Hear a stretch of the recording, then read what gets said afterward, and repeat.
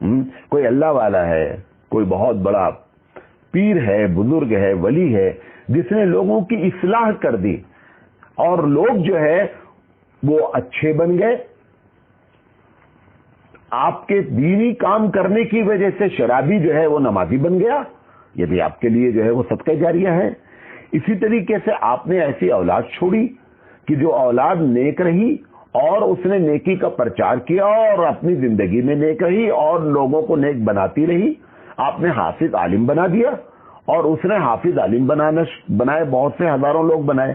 لہذا ایسے افراد تیار کرنا کہ جو سوسائٹی اور سماج اور خاص کر مسلمان اور اسلام کے لیے فائدے مند لوگ ہوں، وہ کسی بھی ذریعے سے ہو سکتے ہیں، وہ تقریروں کے ذریعے ہو سکتے ہیں، وہ خانقاہوں کے ذریعے ہو سکتے ہیں، وہ مدرسوں کے ذریعے ہو سکتے ہیں، وہ جماعتوں کے ذریعے ہو سکتے ہیں، وہ درس قرآن کے ذریعے ہو سکتے ہیں۔ جس کی بھی زندگی میں انقلاب برپا ہو گیا آپ کے سبب سے، تو گویا آپ نے سوسائٹی کو میں ایک ایسا کام کیا جس کا ثواب آپ کو صدقہ جاریہ کے طور پر جاری رہے گا۔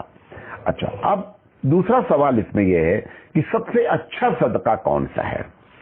یہ ایک بڑا سوال ہے اور آپ کو پریکٹیکلی طور پر بتا رہا ہوں، کوئی نقلی لحاظ سے دلیل نہیں دے رہا ہوں، پریکٹیکلی طور پہ بتا رہا ہوں میری سمجھ سے کہ جتنے بھی کام صدقہ جاریہ کے ہوتے ہیں اس میں سب سے زیادہ جس کا لانگ ٹرم تک، لمبے عرصے تک ثواب جاری رہنے کے چانسز ہوتے ہیں وہ ہے مسجد کی زمین میں حصہ لینا۔ کیونکہ خاص کر بھارت، بنگلہ دیش، پاکستان، ان علاقوں میں اگر مسجد کی زمین میں کہیں حصہ کہیں ہو رہی ہے تو اس میں ضرور آپ شریک ہوں، یہ میرا مشورہ ہے آپ کو۔ وجہ کیا ہے کہ اگر ایک مرتبہ زمین مسجد کی لے کر کے وقف کر دی جاتی ہے تو جلدی سے یہ زمین اللہ نے چاہا تو قیامت تک یہاں پہ لوگ نماز پڑھتے رہیں گے اور قیامت تک جتنے لوگ بھی اس پہ نماز پڑھتے رہیں گے آپ کو اس کا ثواب ملتا رہے گا۔ یہ بھی محسوس نہیں ہو رہا ہے لیکن یہ بہت بڑا کام ہے، یہ بہت بڑا کام ہے۔ اس کے لیے جو ہے اگر ہمارے پاس 10 روپے بھی ایکسٹرا ہیں اور ہم انفاق کر سکتے ہیں اور مسجد کی زمین کی اپیل آئی ہے تو آپ اس میں ضرور شرکت کریں۔ اور ہمارے پاس ایسے بہت سے کیس الحمدللہ آتے ہیں جو خاص کہتے ہیں۔ تو جب میں اس قسم کی باتیں کرتا ہوں تو ایک کراس کوسچن بھی اٹھتا ہے، اس کا بھی جواب دینا چاہتا ہوں۔ کراس کوسچن یہ اٹھتا ہے کہ آپ نے مولانا صاحب اتنی فضیلت بیان کی اور بڑی لاجیکل انداز میں بیان کیا کہ مسجد کی زمین میں انفاق کرنے کا بڑا ثواب ہے، تو پھر لوگ دوسرے انفاق کرنے میں پیچھے رہ جائیں گے اور دوسرا انفاق کرنا نہیں چاہیں گے۔ اب مسجد کی تعمیر کرنا، کیونکہ تعمیر جب ہوگی تو کچھ دن کے بعد پھر مسجد دوبارہ تعمیر ہوگی، بھلے 200 سال کے بعد ہو۔ اب 200 سال کے بعد جو اس میں تعمیر کرے گا اس کا اکاؤنٹ چالو ہوگا۔ تو لوگ اس میں ایک دوسرا معنی نکال لیتے ہیں، اس کا جواب دینا چاہتا ہوں۔ وہ یہ کہتے ہیں کہ پھر تو ہم بس مسجد کی زمین میں ہی جو ہے وہ اپنا حصہ لیں گے کیونکہ یہ اس کا بڑا ثواب ہے۔ دیکھیں ایک بات اور اس کا جواب دیکھیں، حالات اور ضرورت کے لحاظ سے، حالات اور ضرورت کے لحاظ سے خرچ کرنے کا ثواب ہو سکتا ہے اللہ کے نزدیک اس تمام قیامت تک کے صدقہ جاریہ کو بھی کراس کر سکتا ہے۔ کیوں؟ کیونکہ آپ نے حالات اور ضرورت کے لحاظ سے انفاق کیا۔ مثال کے طور پر ایک آدمی بھوک کی وجہ سے مر رہا ہے، کوئی بھی اس کی مدد کرنے کے لیے تیار نہیں، آپ نے اس کو کھانا کھلا دیا، پانی پلا دیا۔ اب اس کا ثواب دیکھنے میں تو صدقہ جاریہ نہیں ہے، لیکن یہ ایک وقت کا کھانا اور ایک انسان کی جان بچا دینا ہو سکتا ہے کہ وہ صدقہ جاریہ جو قیامت تک آپ کے لیے جاری ہو، اس سے بڑا صدقہ یہ ہو گیا آپ کے لیے ایک ہی مرتبہ کام کرنے پر۔ کیوں؟ کیونکہ ضرورت اور حالات کے لحاظ سے آپ نے کیا کر دیا، ایک بندے کی ضرورت کو پورا کر دیا۔ تو یہ نہیں سمجھیں کہ ان دوسرے انفاق کا جو ہے ثواب ہمیشہ ہی کم رہے گا، لہذا بند مسجد کی زمین میں ہی حصہ لگاؤ، یہ غلط فہمی نہیں ہونی چاہیے۔ جیسے بہت سے لوگ ہیں بھائی رمضان میں صدقہ، خیرات، نفل عبادت، فرض عبادت، سب عبادت کا ثواب بہت زیادہ ہوتا ہے۔ اب بہت سے لوگ ہیں جو زکوٰۃ کو رمضان میں ہی نکالتے ہیں اور اسی لیے نکالتے ہیں کیونکہ اس میں ثواب زیادہ ہے، بات ان کی معقول ہے۔ لیکن سوال یہ ہے کہ اگر رمضان سے 1 مہینہ 2 مہینہ پہلے ایک آدمی آیا اور واقعی میں وہ پریشان ہے اور آپ کی زکوٰۃ کا مستحق بھی ہے، آپ یہ کہہ کر کے اس کو ٹال دیں یا اپنے دل میں کہہ کر کے ٹال دیں کہ میں رمضان میں یہ خرچ کرتا ہوں، اس کے پہلے نہیں کرتا ہوں، تو آپ سوال یہ کہ اس کی ضرورت کون پورا کرے؟ پھر اس وقت یہ ضرورت مند تھا، اس وقت اگر اس کی ضرورت پوری کی جاتی تو ہو سکتا ہے وہ زکوٰۃ جو آپ رمضان میں دیتے اور رمضان میں اس کا جو ثواب ملتا ہے اس سے کئی گنا زیادہ ثواب ضرورت کے وقت میں ضرورت کو پورا کرنے سے بھی مل سکتا ہے۔ لہذا اس غلط فہمی میں ہم کو نہیں رہنا چاہیے، بلکہ جیسے کوئی آدمی ڈوب رہا ہو، آپ ڈوبتے ہوئے آدمی کے لیے کہیں کہ میں کل آ کر کے آپ کو بچاؤں گا۔ جیسے آج لوگ انتقال ہو جاتا ہے، 3 دن کے بعد ہم تمہارے لیے دعائے مغفرت کریں گے، ہم تمہارے لیے 40 دن کے بعد جو ہے وہ کیا کہتے ہیں چہلم کریں گے۔ ارے بھائی، ایک آدمی چہلم جائز ناجائز وہ ایک الگ ٹاپک ہے، تیجا کرنا ایک الگ ٹاپک ہے، لیکن آپ نے ان کے ثواب کے لیے دن متعین کیا نا، وہ تو ابھی ڈوب رہا ہے، آپ نے ابھی ڈوبنے کی چنتا ہی نہیں کی، اس سے کہہ رہے ہیں کہ ہم 3 دن کے بعد آئیں گے تمہارے لیے بریانی لے کر آئیں گے۔ کیا فائدہ ہوا تمہاری بریانی کا؟ بھائی جب ڈوب رہا ہے، جس وقت ابھی دفن کیا گیا، ابھی اس سے سوال جواب ہوگا، ابھی اس کے حالات خراب، ابھی جو کچھ آپ کو دعا کرنا ہے کرو، ہمیشہ کرتے رہو، نہیں سال بھر کے بعد کریں گے، 40 دن کے بعد کریں گے، 3 دن کے بعد کریں گے۔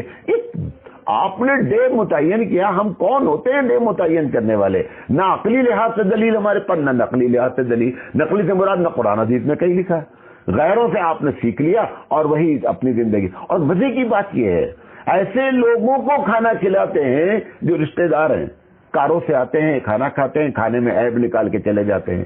میری سمجھ میں نہیں آتا کہ میرے ابا مر گئے ہیں اور میں دیکھ پر دیکھ چڑھوا رہا ہوں، اتنی خوشی مجھے ہے۔ اگر واقعی میں آپ کے والد اور والدہ کے مرنے پر آپ کو اتنی خوشی ہے تو ٹھیک ہے، اب محلے والوں کو، رشتہ داروں کو دبا کے کھلائیے، کیونکہ شادی بیاہ کے موقع پر ہی تو خوشی منائی جاتی، کھانا کھلایا جاتا ہے۔ یہ کون سا کھانا ہے جو ان لوگوں کو کھلایا جا رہا ہے جو فقیر نہیں ہے؟ اور جو لوگ یہ کھاتے ہیں حقیقت میں وہ فقیر ہیں، کیونکہ یہ فقیر کا حصہ ہے۔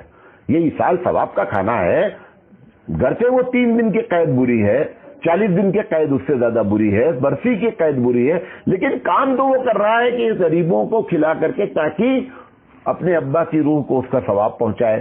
ٹھیک ہے، اس کو قید نہ لگاتا، بہرحال ثواب تو پہنچ جائے گا کسی نہ کسی طریقے سے، لیکن اس کو گناہ ضرور ہوگا کہ اس نے قید کیوں لگائی۔ اب سوال یہ ہے کہ ثواب اس وقت تھوڑے پہنچے گا کہ جب پیٹ بھرے اور ڈکار لینے والے کو کھلایا جائے، ثواب تو اس وقت پہنچے گا جب کسی غریب کو کھلایا جائے گا۔ آپ نے غریب کا حق اٹھا کر کے اپنے رشتہ داروں میں تقسیم کر دیا، اور وہ اتنے بے حیا لوگ ہیں کہ جو غریب کا کھانا کھا رہے ہیں اور سمجھ رہے ہیں کہ نہیں صاحب رشتہ داری ٹوٹ جائے گی، لوگ ناراض ہو جائیں گے۔ بعض لوگ تو جان رہے ہیں کہ یہ کھانا صحیح نہیں ہے، پھر بھی اس وجہ سے کہ چاچا ناراض ہو جائیں گے اور خالو ناراض ہو جائیں گے اور ماموں ناراض ہو جائیں گے۔ ارے بھائی، خالو ماموں سے بڑا اللہ ہے نا، اللہ ناراض ہو جائے اگر یہ خوش ہو جائیں تو کیا فائدہ ہوا، اور یہ سب ناراض ہو جائیں اور اللہ خوش ہو جائے بہت بڑا فائدہ ہو گیا۔ لہذا یہ بہرحال ٹاپک نہیں تھا، لیکن یہ باتیں صدقہ جاریہ کے بارے میں آپ سے کرنا چاہتے تھے۔ امید ہے کہ میں اپنی بات آپ کو سمجھا لے گیا ہوں گا۔ وآخر دعوانا ان الحمد للہ رب العالمین۔